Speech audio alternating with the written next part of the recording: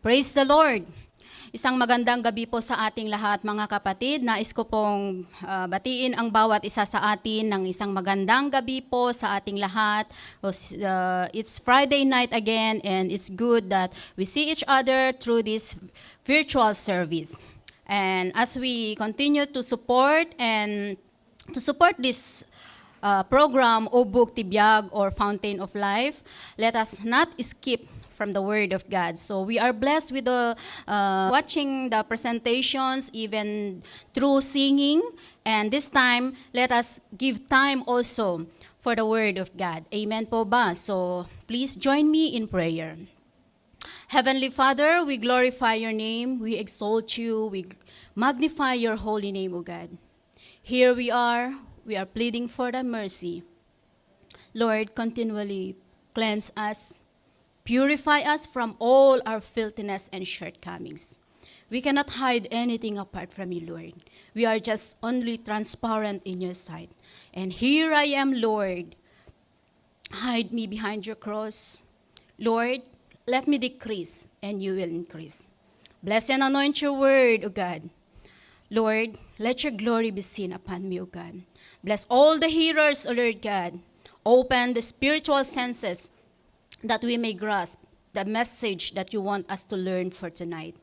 Thank you, Holy Spirit. We invite you to move freely in our midst, that even through this virtual service, O Lord God, Lord, we are going to experience your great move in the life of each one of us. We glorify your name, Lord.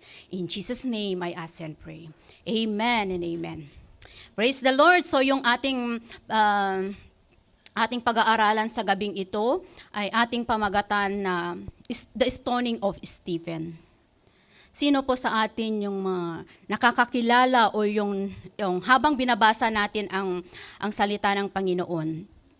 Yung time na nabasa po natin yung passage na ito, The Stoning of Stephen, we know that Stephen, he is the first Christian martyr. He is also one of the first deacons selected to serve the need of the community. So this time, let us read our text in Acts 7:54 till 60. So if you have your Bible there, please read with me. Verse 54, it says here, "When they heard this, they were furious and gnashed their teeth at him. But Stephen, full of Holy Spirit, looked up to heaven and saw the glory of God, and Jesus standing at the right hand of God." Verse 56, "Look," he said, "I see heaven open and the Son of Man standing at the right hand of God." Verse 57, "At this they covered their ears and yelling at the top of their voices, they all rushed at him." 58, "Dragged him out of the city and began to stone him. Meanwhile, the witnesses laid their clothes at the feet of a young man named Saul. While they were stoning him, Stephen prayed, 'Lord Jesus, receive my spirit.' Then he fell on his knees and cried out, 'Lord, do not hold this sin against them.' When he had said this, he fell asleep." Praise the Lord for his word that we have read right now. And as we know that if we meditate the words that we have read, and we know at makikita po natin dito how Stephen, or kung ano po ba yung mga lessons na ating kapupulutan sa buhay ni Stephen. I said a while ago that Stephen is the first Christian martyr. At dito sa passage na ito, in the verse 54 to verse 60, nabasa po natin dyan na how Stephen faced these trials or faced these challenges. Hindi kumbaga, hindi basta-basta yung pinagdaanan ni Stephen. But we learn lessons from the life of Stephen. And una po ay infilling of the Holy Spirit. Doon po yung nabasa po natin dito sa verse 55. But Stephen, full of the Holy Spirit, looked up to heaven and saw the glory of God. So, yun po yung sinabi dito na he is full of the Spirit. So, when a person or one of a Christian or isa sa atin ay full of the Holy Spirit, andun po yung maging matatag ka. Kahit ano yung darating na kahit na paghuhusga sa'yo, andun na matatag ka kasi alam mo na you are filled with the Holy Spirit. So napakainam po na ang bawat isa sa atin na mga mananampalataya ay mapuspos tayo ng banal na espiritu ng ating Panginoon.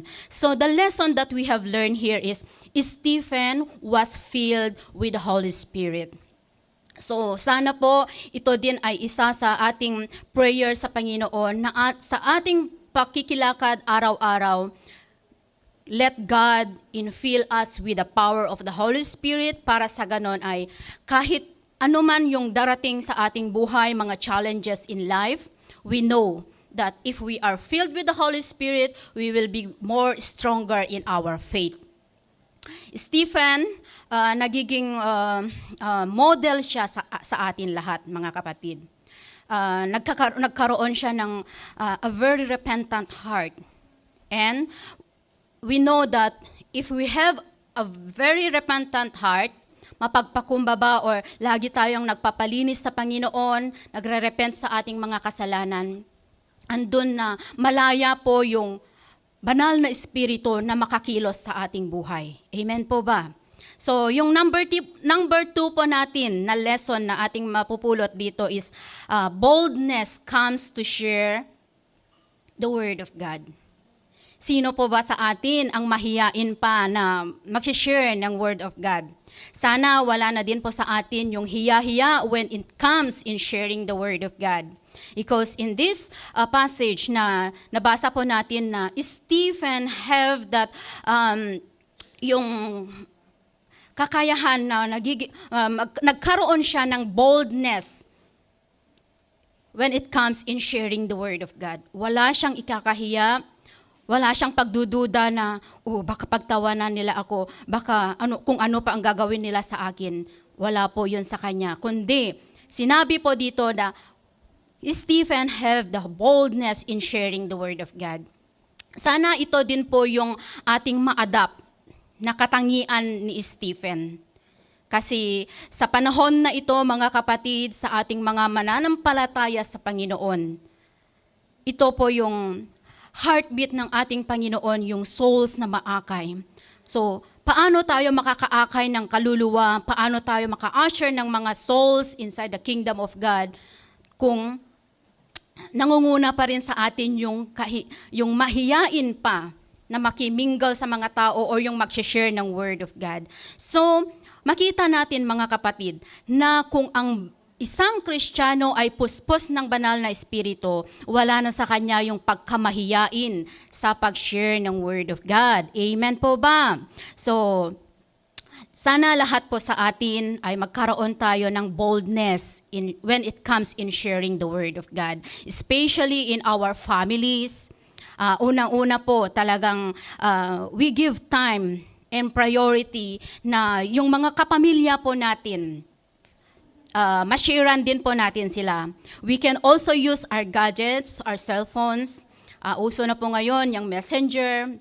Lahat talagang pwede nating ma-reach out yung mga other families natin. Even yung mga kapamilya natin na ang gandang mag-share kung yung mga sa GC ba, ng mga family GC natin. So, give time na makapag-share din po tayo ng words of God sa kanila. Kahit lang yung isang verse in every day na ma-share mo, malaking bagay na yun na matatamnan sila ng salita ng Panginoon. Hallelujah. So, for God gave us the power, not the timidity. Amen? So, we can use that power na maging bold po tayo na mag-share sa salita ng ating Panginoon.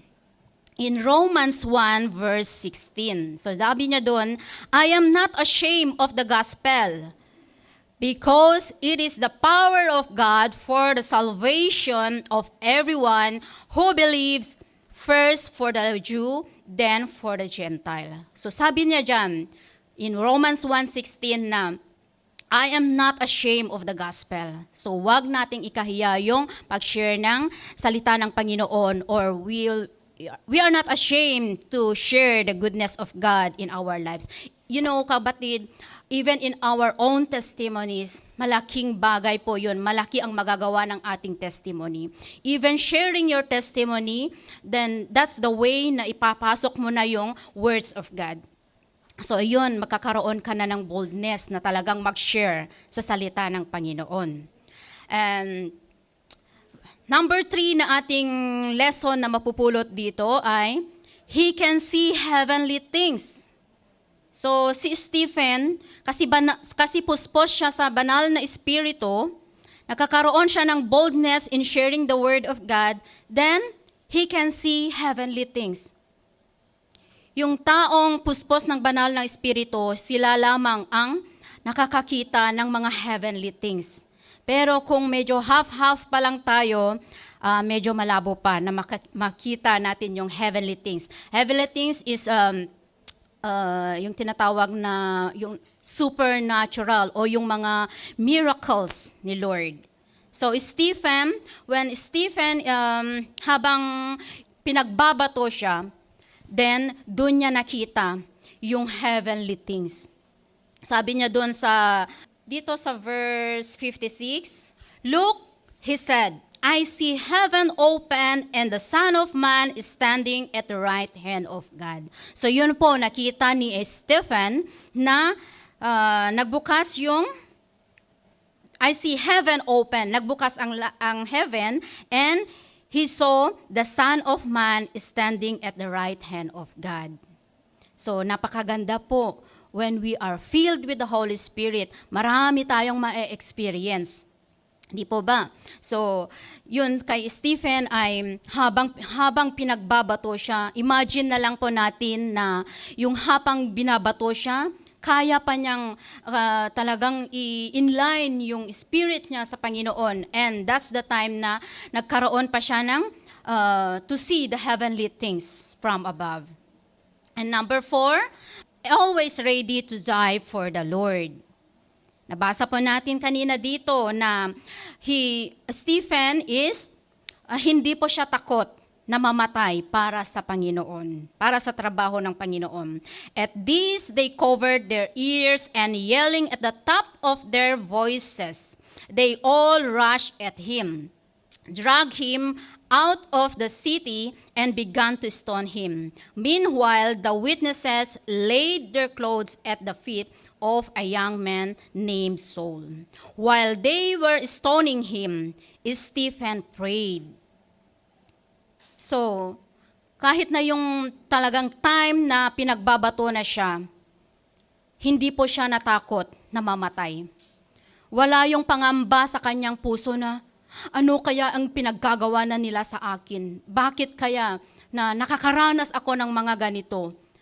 Siguro sa atin na mga Kristiyano na ngayon, dito sa karanasan ni Stephen, hindi pa tayo umabot sa katiting na dito sa naranasan ni Stephen.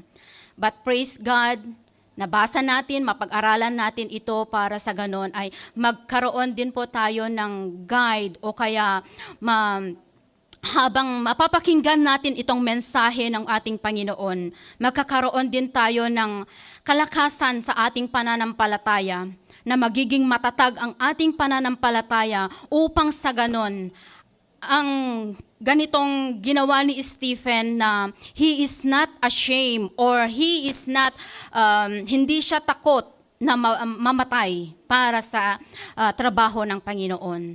So in that, talagang tumayo siya sa kanyang pananampalataya na kahit ano yung ginagawa nila sa kanya, masakit kaya ang pinagbabato, di ba?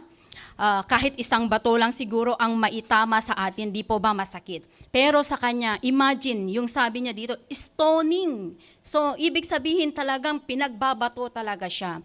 Pero hindi siya natakot na mamatay. Siguro nasa isip niya, bahala ka na Lord kung ano ang gagawin nila sa akin. Kahit mamatay man ako sa pangbabato nila sa akin, but I stand on my faith.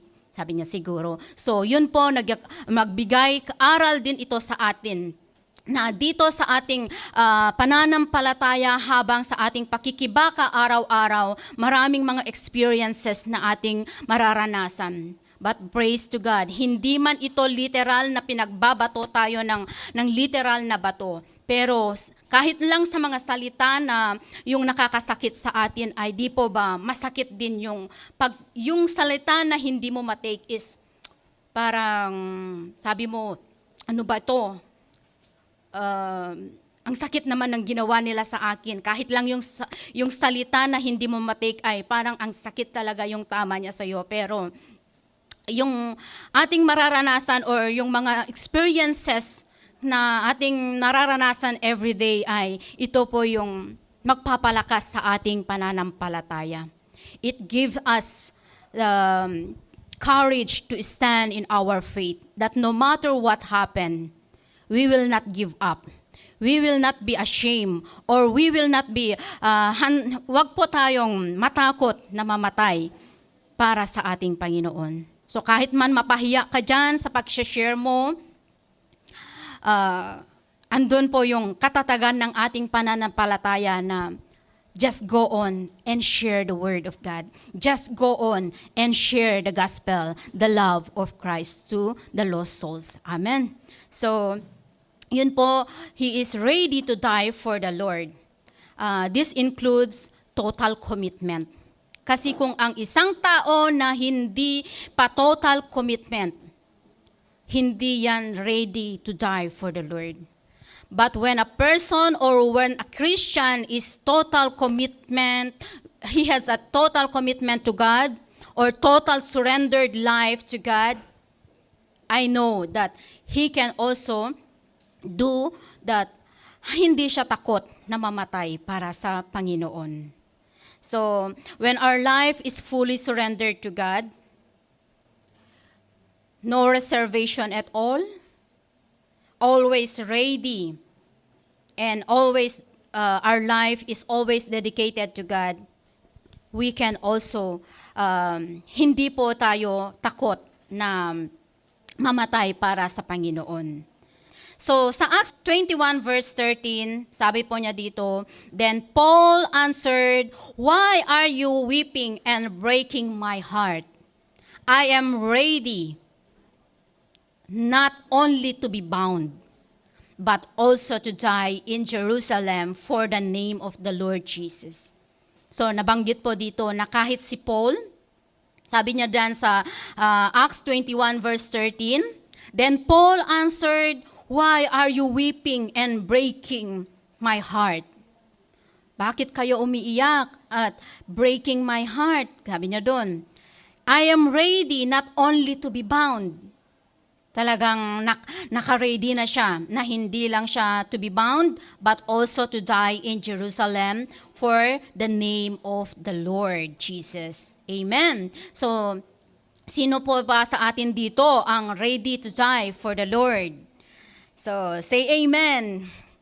Hallelujah. So, meaning, when we are living each day with a purpose or with glorifying God in our lives, we can also say that we are ready to die for the Lord.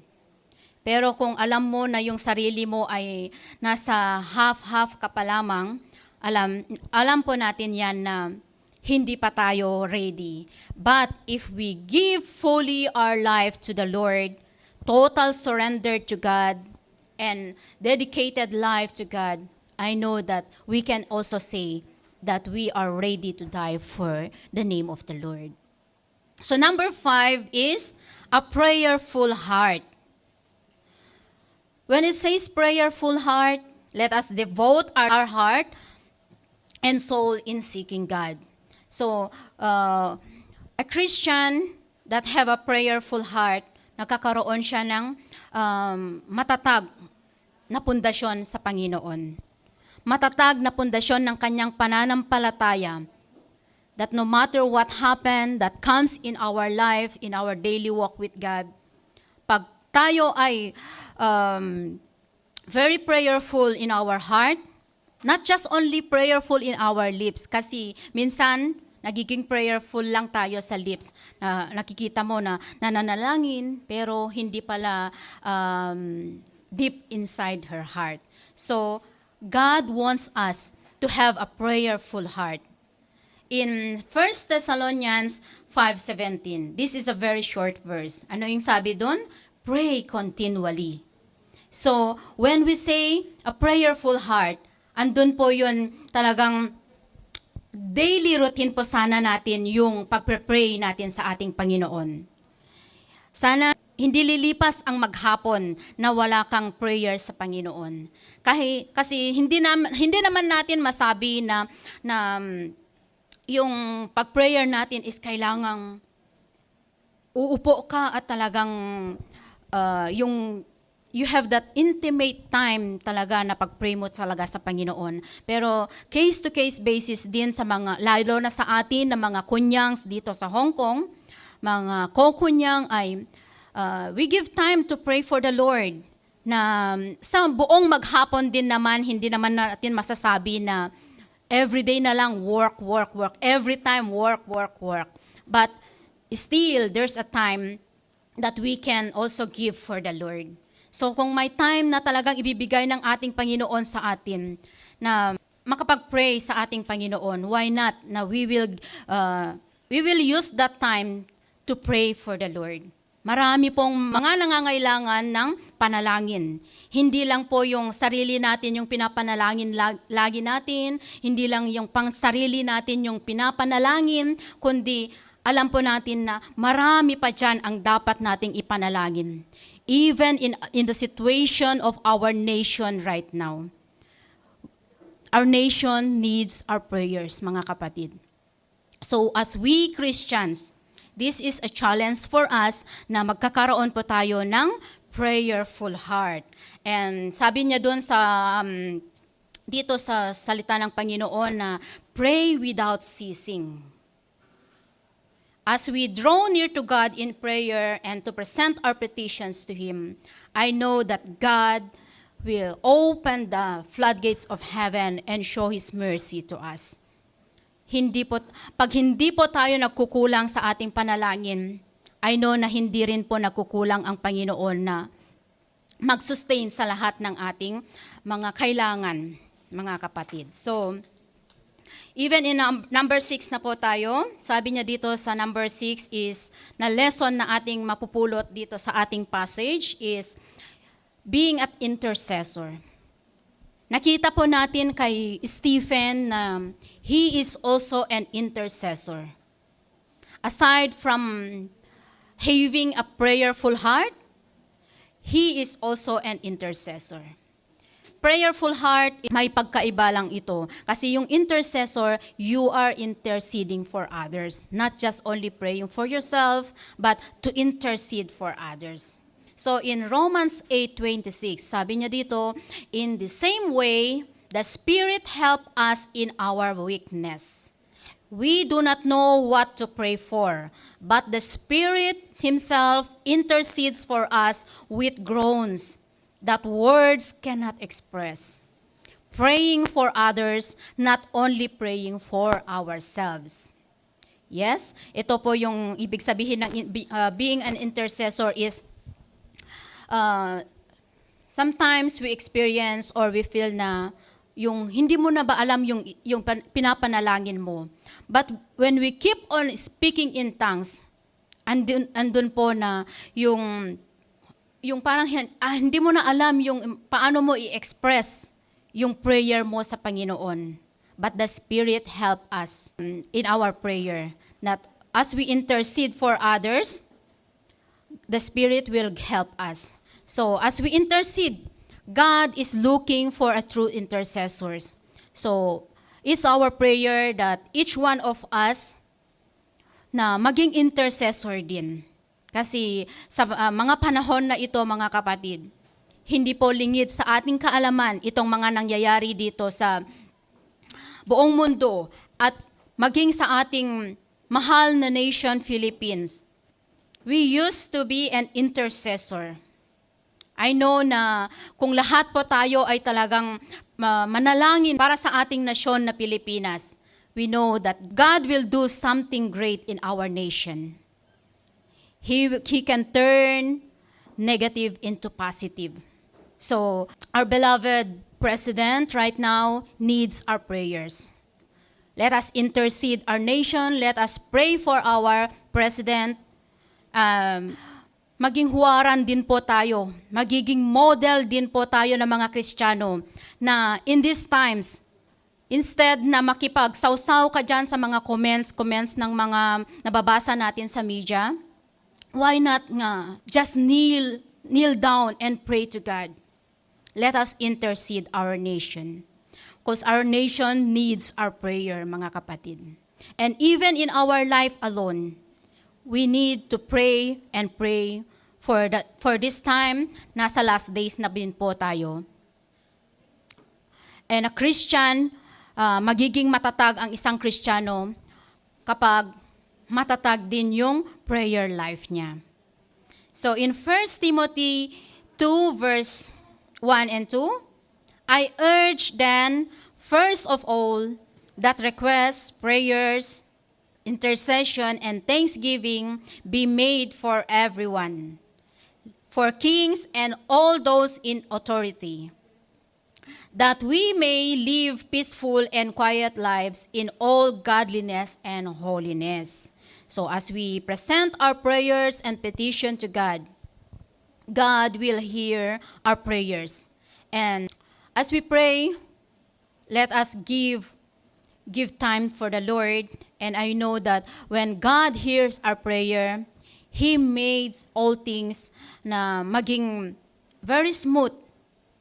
Kahit yung mga everyday in our lives, there are times na hindi mo inaakala na may mga darating na mga pagsubok in our lives. But when we come to get down on our knees and pray, I know that God will also give us a peaceful and quiet lives and in all godliness and holiness. So our number 7, the last one, we have our Stephen have a forgiving heart. So makita po natin dito sa verse 59, ulitin ko, basahin lang dito. While they were stoning him, Stephen prayed, Lord Jesus, receive my spirit. Then he fell on his knees and cried out, Lord, do not hold this sin against them. So this word alone, dito natin makikita na Stephen have a forgiving heart. Kasi kung si Stephen siguro ay walang pusong mapagpatawad, siguro malamang nasasabihin niya na, Lord, bahala ka na kung anong gagawin mo dito sa mga nang babato sa akin. Pero si Stephen, ano yung sinabi niya dito? Na, Lord Jesus, receive my spirit. So, nakakaroon si Stephen ng forgiving heart na kahit sa ganun na mga situation ay kaya niya pang sabihin sa Panginoon na, receive my spirit. So, for us, makakaroon din po tayo ng forgiving heart, mapagpatawad na puso. And sabi niya dyan, Lord, do not hold this sin against them. When he had said this, he fell asleep. So, before na namatay si Stephen, before na nalagutan siya ng hininga, at least na malinis yung kanyang puso. Binigay niya sa Panginoon na malinis yung kanyang puso, wala siyang grudges, wala siyang mga hinanakit sa mga nang babato sa kanya, kundi nagkaroon siya ng forgiving heart before siya namatay. So ang ganda po yung end ng buhay ni Stephen. So are we not encouraged with this story of Stephen, mga kapatid? So yung mga lessons na ating napulot dito sa ating passage tonight, I know that each one of us may natitira din sa mga kaisipan natin na yung mga lessons na ating na pakinggan sa gabing ito ay sana magkaroon din ito ng maging buhay sa atin. Na sa ating pamumuhay everyday, nagiging sandata natin itong mga salita ng Panginoon. Na yung buhay ni Stephen, as we read and as we learn from his, yung mga capability niya, mga abilities niya, mga iniwan niyang mga lessons na ating kapupulutan ng aral ay sana ito din ay magbigay aral din po sa atin. Yung pag-end ng yung sana asamin din natin na before man lang na maibigay natin yung pinaka-last na hininga natin sa Panginoon ay magiging kaaya-aya din po tayo sa Panginoon. Amen po ba? So si Stephen, it ends up his life na walang hinanakit sa kanyang puso.